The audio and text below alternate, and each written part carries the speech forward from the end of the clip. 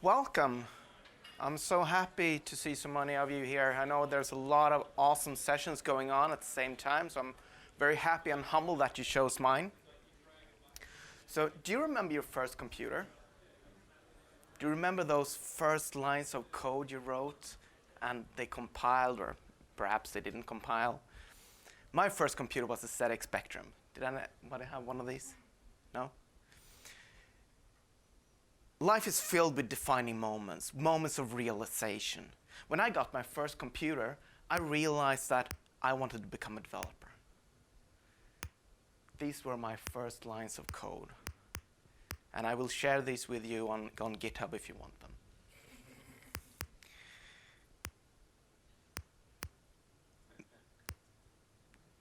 I think that many developers have these kinds of defining moments. Moments when you realize that you wanted to do this, right?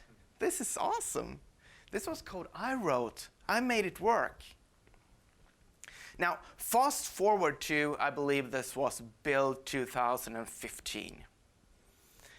I tried the HoloLens for the first time, and I should ask, how many of you have tried the HoloLens before? None of you. One. Awesome. So I was led into a room. This was, you have to put your cameras and phones, you have to lock them in. You were not allowed to take pictures and nothing of that. And we're led into a room where there was an empty table. So I put on the HoloLens, and from that empty table, a 3D model rose. It was a house standing on that table. So this is really, really cool.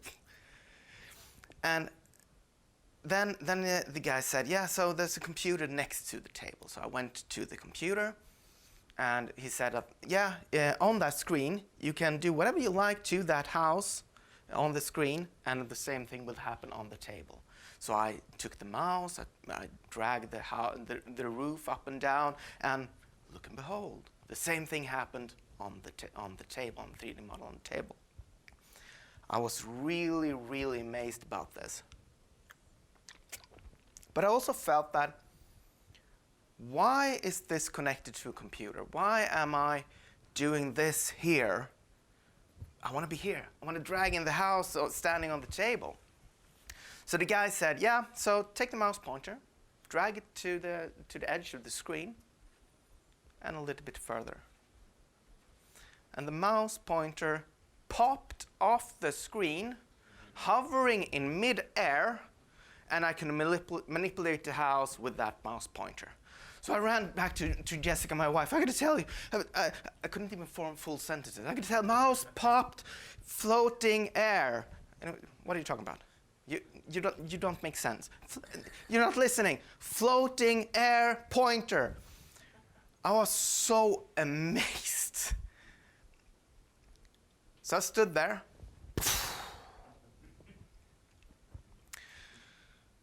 This was the moment when I realized that this technology is going to be amazing. This was the moment when I realized that this technology will basically change the world. And this was the moment that I realized that this is something I really want to, or actually need to work with. I call this the mouse popping moment. Totally blew my mind, and it would happen once more, and I will come back to that in a little bit later. So what we're going to do today, we're going to talk about the HoloLens hardware. We're going to talk about basic Unity stuff. How many have used Unity before? How many are Unity experts? Usually, no. That's good. I'm not a Unity expert, by no means. And we're going to build our first holographic app, a really basic one. The goal of this session is to show you what it takes to get started writing your own holographic apps. My name is Jim Engström. I'm a Windows development MVP. I have a normal job, if you will. And on my spare time, I run a company called Awesome Dev together with my lovely wife. We focus on future technologies. So we do a lot of HoloLens, we do a lot of UX and stuff like that. We do a lot of bots and voice control. We run a podcast called Coding After Work. So if you want to check that out, please do. But enough about me. Augmented reality basically means that you enhance the reality, right? And this is new. This is really, really new stuff.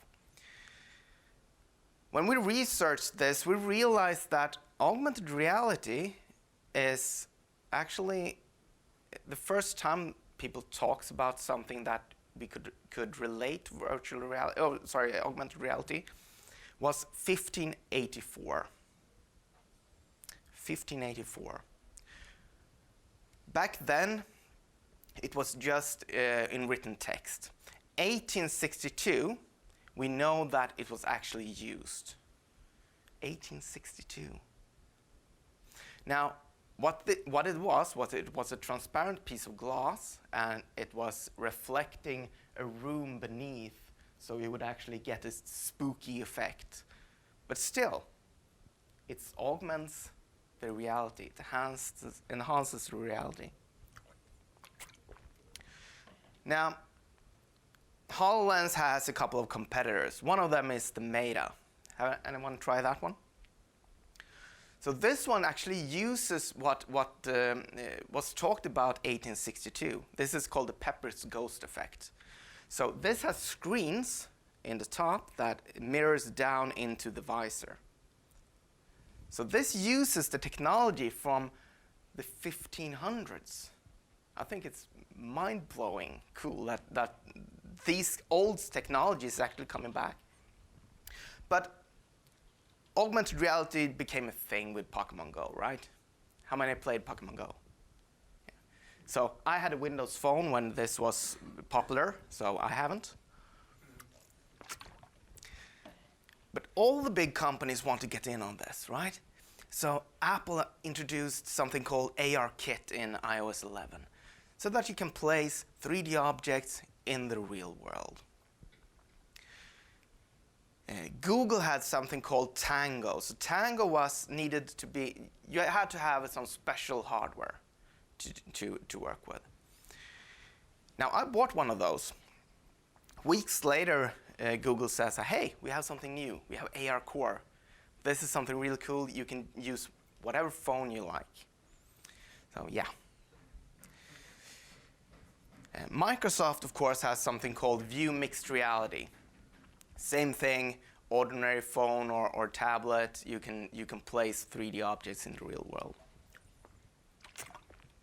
But from my perspective, I don't believe that this is where augmented reality is going to revolutionize the world. I want to see the real world with my own eyes, not through a camera, into a screen, into my eyes. So let's dive into the HoloLens hardware. I'm going to talk about some of the strengths the HoloLens has and some of the weaknesses the HoloLens has, because we need to know about these things when we design our game or app. So HoloLens is the world's first holographic computer. It's untethered, which means that everything, computing power-wise, it has the CPU, everything is in this tiny little device. The downside here is the battery time. I mean, you actually have batteries strapped to your head. Officially, the battery time is about 2 to 3 hours. I would say it's actually better than that, depending on what you do. But you will definitely get 3 solid hours out of this device. I would say 3 to 4 hours. It's a really good device, battery-wise. It has 1 gigabyte of video memory. It has 2 gigabytes of RAM. It has 64 gigabytes of storage. It has Wi-Fi. It has Bluetooth. So all the things that you would imagine just a normal computer have. It actually runs Windows 10. So this means that you can run 2D apps and you can run 3D apps on this device. So all the things, Universal Windows Platform applications, all the things that you can download in the Windows Store is going to be run, you can run this on the HoloLens. When it comes to tracking, I would say tracking is the thing that is most amazing with the HoloLens. It has 4 environmental sensing cameras, so cameras that it's filming the environment all the time. It has 1 depth camera, and it's got 1 IMU, so inertial measurement unit, so gyro and stuff like that. All of that combined will make up the spatial mapping. So all of this data is going to be fed into the HPU, the holographic processing unit. So we're talking about terabytes of data per second is going to be pushed into the HPU. This is Microsoft's first and so far only chip patent. So this HPU is going to crunch the numbers and get, well, basically where you are in the room. That's all it's going to calculate. And depending on where you are in the room, it's going to move around the holograms and stuff like that. The lenses uses something called waveguides. This is the same technology that Leap Motion uses as well. So what it has a light emitter in the top that bounces light into the lenses through colored lenses and into your eyes. So this will kind of emulate the way that light works. So it's going to bounce the light in the lenses as if, so this is a really bad example because black is basically emitting light. But imagine if this table was white instead. So the light is going to bounce off this table and into my eyes. That's how light works. So the same way, the light is going to bounce in the lenses and bounce into my eyes as if there was a physical object there. Really, really cool technology. Now, the bad side with that is the field of view. The really cool thing is that the lenses are transparent, so you will see the real world at the same time. But the field of view is kind of narrow. You will only see the elephant in this case like a little window. It's going to cut all sides. And this is the same with Leap Motion. It has a better field of view, but remember, Leap Motion has 2 years more development time than HoloLens at this point. So the next HoloLens, I imagine, is going to be even more awesome. So how to avoid this is, well, make the hologram smaller. Make sure that they actually fit into the field of view. The HoloLens also have some kind of amazing speakers. These are called HRTF, so head-related transfer function. So when we hear something, if I hear something from my right here, it's going to go into this ear, and then it's going to bounce around and into this ear. That's how sound works. And the HRTF is basically a bunch of algorithms that takes all of this knowledge that we have about sound and put them into software. So if I just put something, a audio source on my 3D object, it's going to feel like it's actually going to bounce around the room and get into my ears. So you will get a 360 degrees, really, really good sound. I'm amazed how well this works. Another really cool thing is that Microsoft has taken the tracking technology and outsourced it, or actually let other companies use it, like Lenovo, Acer, HP, and many others. So you have these mixed reality headsets. It's really confusing with the mixed reality word or how they use it, so I'm not going to use this.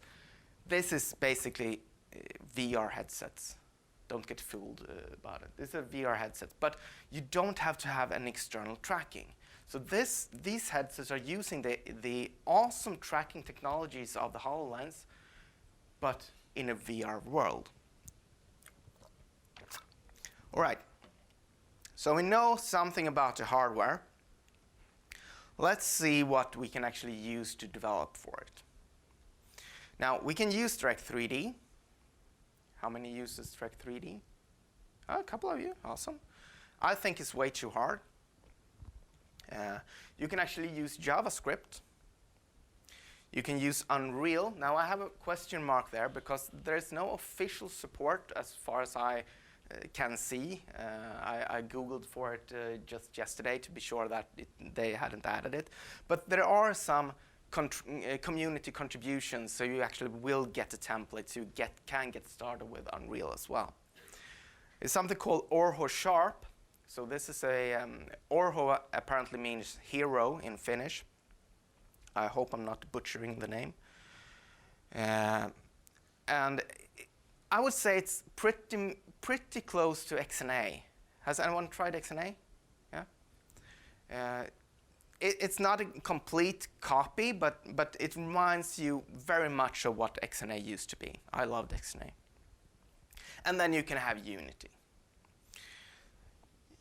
I think the last number I heard was like 70 or 80% of all the HoloLens apps that are in 3D are actually made by Unity, so made in Unity.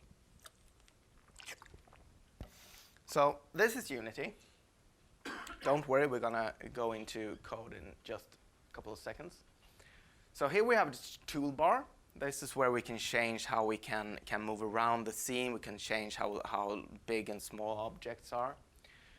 We have the scene. So this is basically your whole world. So this is where you're going to put all the 3D objects.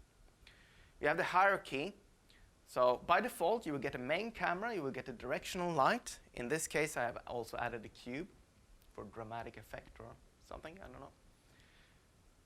We have the project. So this is going to mirror the hard drive. So whatever you have in this folder on your disk is going to be shown here. It's not like in Visual Studio you can exclude things. Whatever is in here is going to be shown here. And then you have the inspector. So inspector is basically properties. If you're talking Visual Basic, Visual Studio. Visual Basic, where did that come from? Visual Studio terms. So there are a couple of things that are important when it comes to the HoloLens. So the first one is gaze. And I would go in a little bit deeper into what these things are. We have gestures, voice, sound, and of course spatial mapping. So gaze is, the term gaze is often used when you talk about eye tracking. Now this is not eye tracking. This is basically a beam from your head straight out. So you need to move your head to actually move the beam. This is your mouse pointer, if you will. Now we have gestures. So this is going to be an air tap. So the really important thing here is that you go from having your finger vertically down and then vertically again. It's not that sensitive, but if you stay here, this is probably not going to work. You have to be kind of specific in your movements, and it's when you have your finger up again, because this is going to be a drag, this is going to be a hold, pan. So you need to actually get your finger up again. You have the bloom gesture. So this is going to be like this. So this is the start menu. So you can show the start menu, you can quit your app, you can hide the start menu. You also have one of these clickers. Let's see if I have one. I do not have one. I actually borrowed this HoloLens for this talk. I didn't bring mine to Australia. So this clicker is a little small one. It actually has a gyro in it, so you can actually scroll and pan with it. Since this is a Bluetooth-enabled device, you can use an Xbox One S controller, because those are the Bluetooth enabled ones. So let's see how we can implement gestures.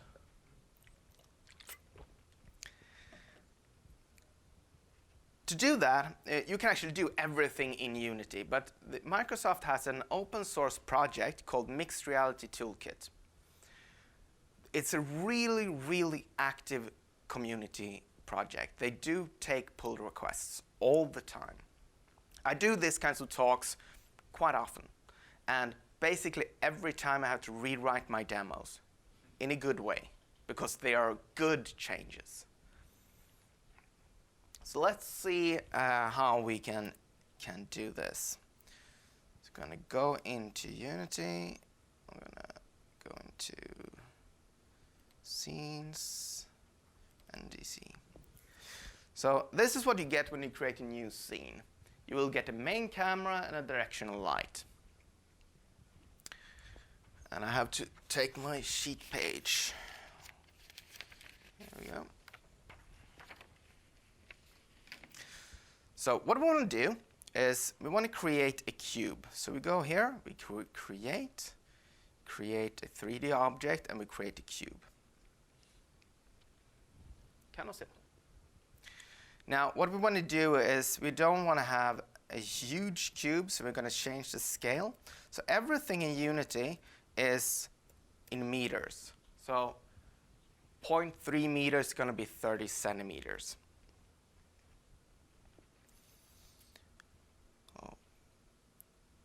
And we shall, let's see, we have a we have a material, there it is. I'm going to drag in my material, so the box is actually going to become blue. Let's scroll in. So now we have a cube, it's blue, and if we have any Doctor Who fans, that's a blue box. Now, next up, we are going to use the Mixed Reality Toolkit. So what I've done, I have actually downloaded the Mixed Reality Toolkit. I have put it in the folder, that's it. And automatically, you will get this Mixed Reality Toolkit menu. So what I can do is I can say that I want to apply Mixed Reality project settings. So here I will get a couple of help. I will get a lot of help out of this. So I can say I want to target Windows Universal UVP apps. I want to enable XR.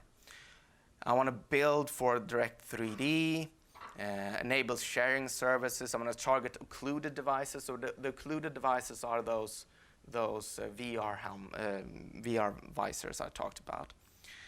And a couple of more things. Actually, already done that, so I don't have to click apply. But what I also want to do is I want to choose configure and apply mixed reality scene settings. So this is important. So what this is going to do, it's going to take it's going to replace my camera with a mixed reality camera prefab.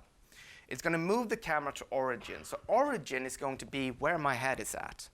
So 0, 0, 0. If I move, it's going to move the camera in the scene. That's how the HoloLens is, or actually how Unity works. It will add a default cursor, and I will come back to that. And it's going to create it's going to update the world space canvases. Let's see here. Well, I'm not going to add that now. So let's see. We're going to click apply. I'm going to scroll out. Where's my cube? I'm going to change the location of the cube. So what I've done, the camera has moved to 0, 0, 0.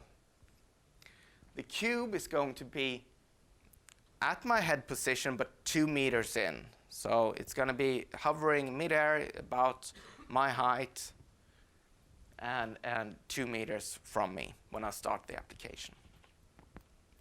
So if I start this,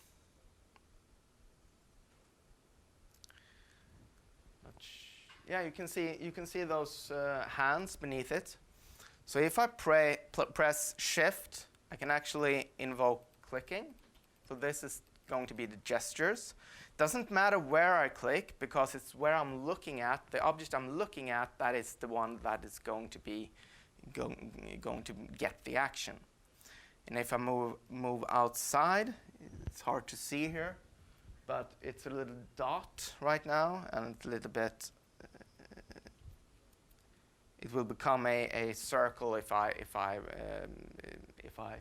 indicate that I want to do something, some gesture. So let's see here. Let's stop that one. And so what I also can do is I can go into, I can select my default cursor. I can remove that. And I can go into Holo Toolkit, Input, Prefabs Cursor, and I can select this interactive mesh cursor instead. And I can just place it in the scene. So if I run this instead, you will see that it's a donut when you're looking at something, and it's a dot when you're not looking at something. It will indicate that this thing is the one that you're actually interacting with. So let's see here. We can go to, I actually have a couple of scripts prepared. So we can go to my cube. I can add a component. No, I can't. There we go. And I can select cube select handler, and I want to add the cube gaze handler. So let's take a look at these scripts.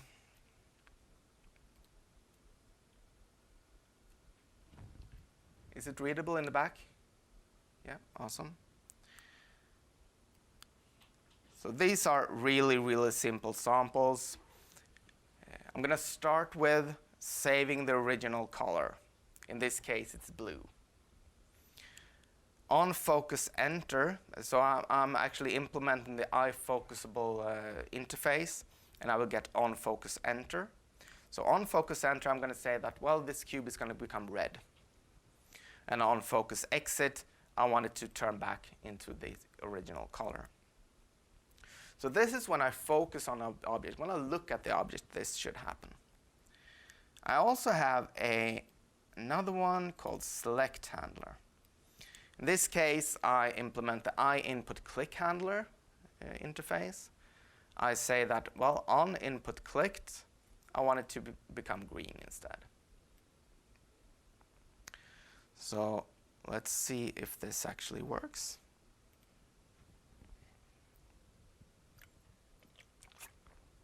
It becomes red when I look at it. If I look away, it's blue. And if I click, it becomes green. And again, doesn't matter where I click, because it's where I'm actually focused that is going to be invoked. Awesome. We've just implemented gaze, and we've implemented gestures. It's just that easy. And it's no reason to not use these technologies. So let's go back to PowerPoint. Let's see what we did. We created a 3D object. We changed the size of the 3D object. We added a texture, or actually material. And to create our first hologram, we downloaded Mixed Reality Toolkit. Well, I didn't show you that part. We applied scene settings. We applied product settings. And we created a script where we implemented iFocusable, and a script that implemented input click handler. And then we added those two scripts to our cube. Now, since I mentioned this is, say, Windows 10 device, Cortana is available. How many uses Cortana? A couple of you, awesome. So Cortana, for those who doesn't know, is Microsoft's voice assistant.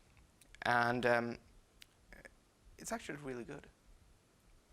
Almost everything in the HoloLens can be controlled by voice. So select or uninstall or close or stuff like that is actually implemented in the operating system itself. And when it comes to holographic apps, it's really important thing to use your voice, because the alternative is to have buttons all over the 3D world, and that's not good. That's going to take away from the experience. So actually using your voice, saying something to the character in the game, for example, or invoking commands for some other things, is really, really important. So voice is a big part of this. So let's see what it takes to implement voice. So I have a little case of OCD, so I want to create a empty game object. I'm going to call it managers. Don't have to do that, but and in managers, I want to add a component. It's called speech input source. So this is all the keywords I want my app to listen to. So I want my app to listen to a specific keyword. I'm going to call it drop cube. I'm also going to add a shortcut. It's not always that my computer actually understands me, so I'm going to add a shortcut as well. So this makes it possible for my application to even listen to this keyword. Next up, I want to go to my cube. I want to add speech input handler. So these are all built into the Mixed Reality Toolkit. So what I can do is I can create a new keyword, or I can say, listen to this keyword. I want it to listen to the drop cube keyword. I'm going to drag in a script called cube drop to my cube, like so, and I will show you in just a minute.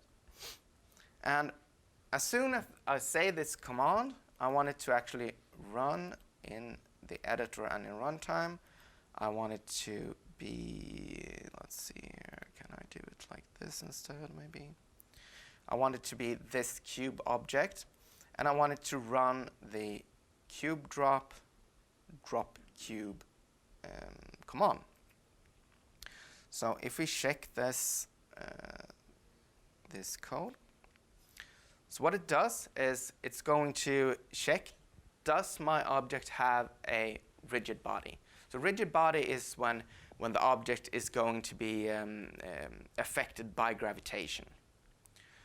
So if it doesn't have one, I want to add a rigid body. If it does have one, well, I want it to wake it up. And I also have added that I'm going to check for R, so reset. So I'm going to get the rigid body, I'm going to put it to sleep, and I'm going to change the position back to 0, 0, 2.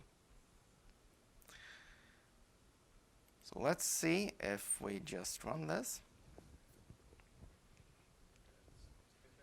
Yes? Quick question, just because I'm new to all this. Why you switch between Visual Studio and Unity? How do you relate the code that you write in Visual Studio to this thing? Right, so the question is, why am I switching between Visual Studio and Unity? Unity does compile all the code, so it's mono in the backend, and Visual Studio is the best editor that I know for C# code. I could use VS Code if I like. I think nowadays it actually comes with Visual Studio. When you install Unity, you will get the Community Edition, I believe. Earlier it was mono develop, I think.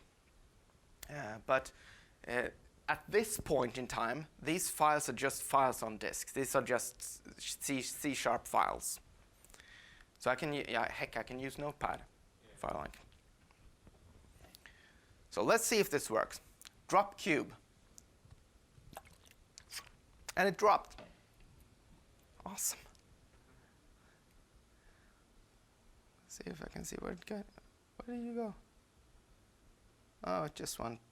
Oh, there it is. I saw it. There it is. So when I run this, as you can see, there's some kind of imaginary floor. And my cube landed on that floor. So let's go back to the presentation.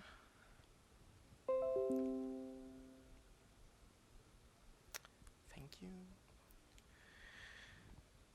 So what we did, we added a speech input source. We added the keyword drop cube in this case. We added a speech input handler to our cube. We added our drop cube script, which basically just added a rigid body. And we mapped the keyword to a method. That's all it takes. Now we actually have voice control in our app as well. So next demo is going to be audio. Now, I mentioned the HRTF audio, so I'm not going to be able to actually visualize that completely. But what you should do is that you should go into Edit, Preference, no, sorry, not there. I'm going to go into Project Settings, Audio, and make sure that it actually uses the MS HRTF spatializer. So what I can do is that I can, now this is one of my favorite features with Unity. I really love this because, again, of my OCD. As you can see, there's no audio source on this object at this point. So what I can do is I can grab my cube audio, I add that to my cube, and it's automatically going to add an audio source. We want to select, where is it? There. Spatialize on our audio source. And we're going to check out the code. So the reason for the audio source to be added automatically is that require component row. So I'm actually saying that to be able to have this script, I demand that you have an audio source. If you already have one, fine. If you don't have one, I'm going to add that for you.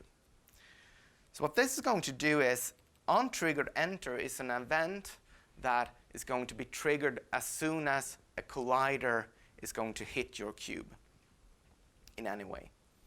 And then I want you to just play the audio source, and I'm just going to say, I just want it to be played once. So if we go back, so if I just, so I have a box collider. So the box collider is the thing that makes the cube stay on the floor. Now, for it to be triggered, to trigger this on-triggered event, I need to add this isTrigger. So this is going to make all the scripts on the cube that has this event on it is going to trigger the on-triggered event.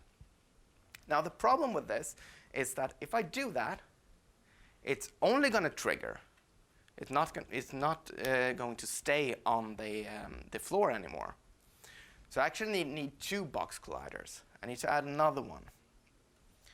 So I'm going to add a component. I'm going to add a box collider. And as you can see, the box collider size is 0.999999. So it's a little bit smaller. And if you check the other one, it's 1. So what's going to happen is when the box falls, or the cube falls, it's going to hit the first collider, which is the trigger one, trigger the sound, and then stay on the surface. Let's see if I'm lying. Drop cube. Did you hear anything? I didn't hear anything. Oh. I know why. What you also need to do is actually add the sound. So we add the audio clip as well. So let's see if this works.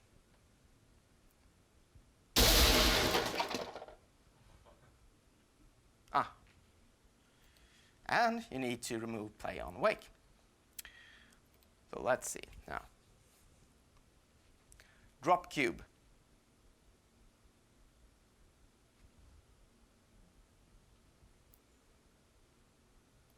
Why aren't you making any sound?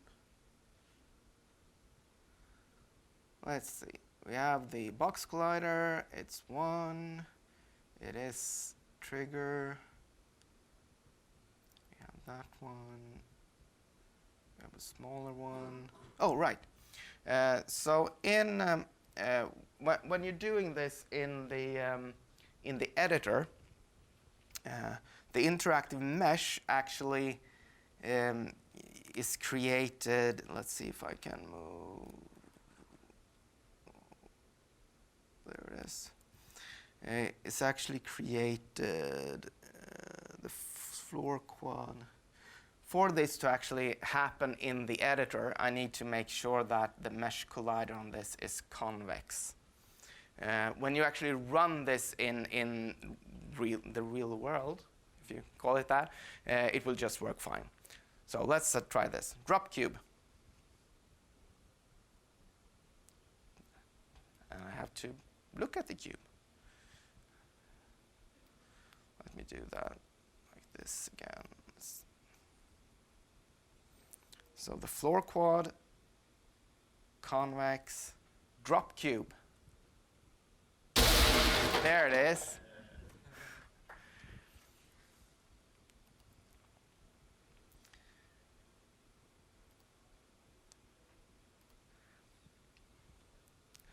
So what we did was we added, we talked about the required component. This is I was so happy when I found that keyword. We set spatialize on the game object or the audio source. We made sure that the project setting and audio was MS HRTF spatializer. So now we come to the last part, the spatial mapping. Lowe's Kitchen Designer. Have you heard about this? No? Awesome. So Lowe's Kitchen Designer uses the HoloLens to design your own kitchens. So the really cool part is that they integrate this with Pinterest. So you're at home, pinning your favorite kitchens. I want that one, I want that one, I want that one. Doesn't have to be Lowe's kitchens. And they take all of this data, run it through Azure Cognitive Services to find the best matching kitchen in the Lowe's kitchen repertoire. So you go into the store, I say, good day, I would like to buy a kitchen, and this is my Pinterest. And they would say, yeah, put on the HoloLens, I will show you your dream kitchen. The really cool part is it doesn't stop here, because they're actually using voice recognition to see, they know what you're looking at. So you're looking at the doorknobs, for example, and you say, oh, those are ugly. And then they put that back into their research and say, yeah, so many people thought that doorknobs were ugly. Let's do something about that. So this works both ways. I love that example. It's really, really, really cool.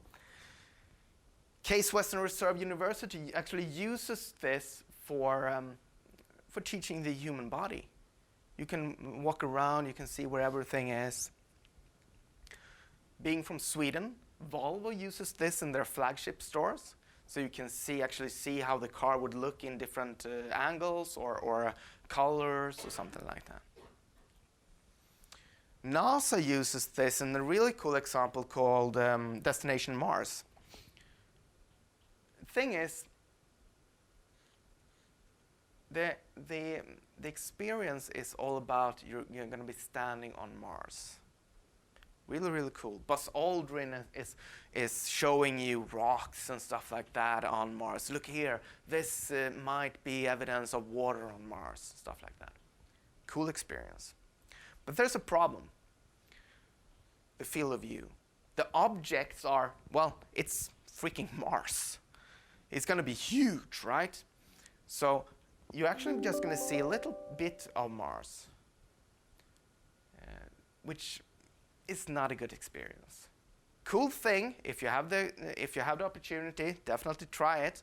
But this should have been a virtual reality experience instead. Way better.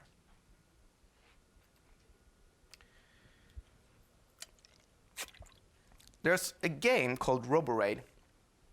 You might have seen it. I think it wasn't a build, but it was some kind of big Microsoft event where they demoed this. So there's actually robots coming out of the walls, it's busting a hole in your wall, flying in, and you can shoot at them. What they have done, this is a really good example of all the things that I mentioned. The robots are smaller than your field of view. They're going to move quite slowly, so you can always. So the visor actually has one problem, one more problem, and if you move very fast, it's going to be a little bit of trailing or delay, if you will. It's really, really good when in regards to that object is stationary, but the light emitters are not going to be spot on. But the robots are moving slowly, so you don't get that effect. It's a really fun game as well. I mean, there are actually robots busting through your wall. When it comes to the field of view, we demoed this for like, I think it's about 3,000 people by now. And about 70% says that, yeah, the field of view, no, sorry, 70% doesn't even think that the field of view is a problem. They're concentrating on there's robot busting out of my wall and shooting at me. 30% says, yeah, I can't work with this. So far, I have not, I think I've met like 1 or 2 people that actually has a HoloLens that thinks this is a problem. Because you adapt. You step one step back if the field of view is too small. I tried, one of the first games I tried was this game, Fragments. You're a memory detective. And it's all about finding a little kidnapped boy. And what you can do is you can actually step into his memories, fragments of his memories, if you will. So you see on your wall at home, you see a couple of bricks. You see buckets standing on your floor. There's a rat running all over the floor. And in one instance, I look up and I realize, has that hole always been in the roof?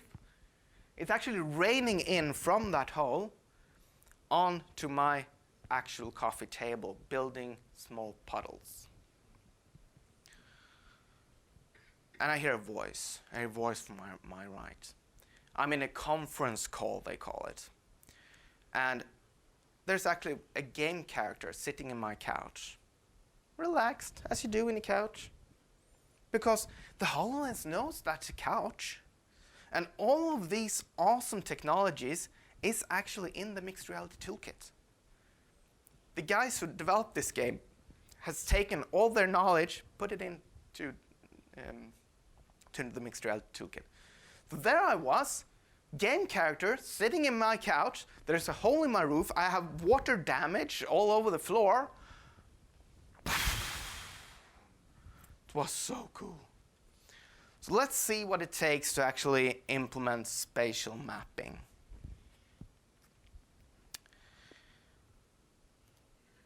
Now this is going to be a lot of information. So we go up here, go to configure. Again, apply mixed reality scene settings, and we're going to add the spatial mapping prefab. And we're done. That is actually all it takes to create. What it actually does is that it's going to see the floor. It's going to create a mesh on top of that. And so the cube is going to land on the floor. It's going to have a collider out of the box. Now, this isn't that fun to actually look at in Unity, so I thought we should try to actually connect up our HoloLens.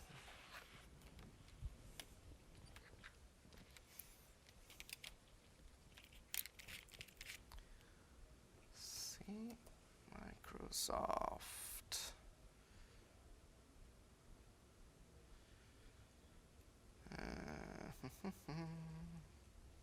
Micro. There it is.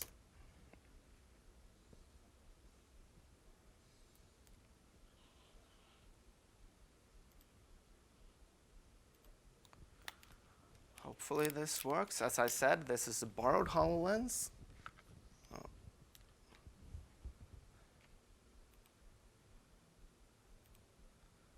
Not yet.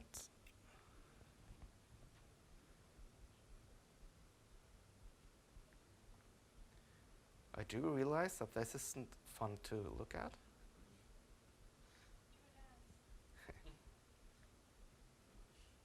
See, there it is.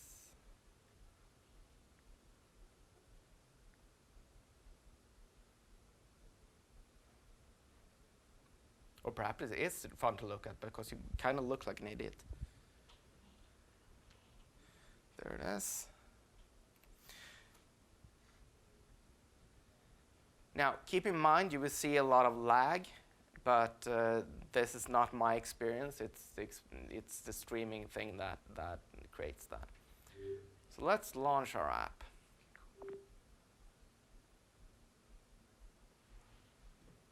And you see all the shaking. That is actually micro vibrations in my head, my pulse, for example. So again, this is nothing that I actually see.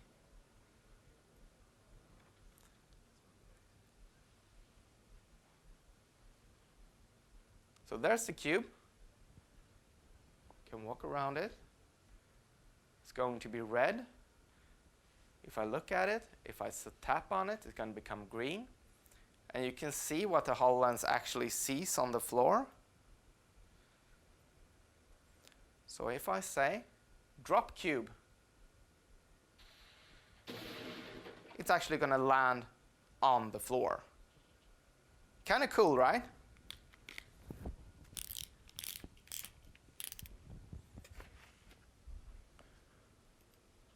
Let's go back. I actually had a backup video in case that didn't work.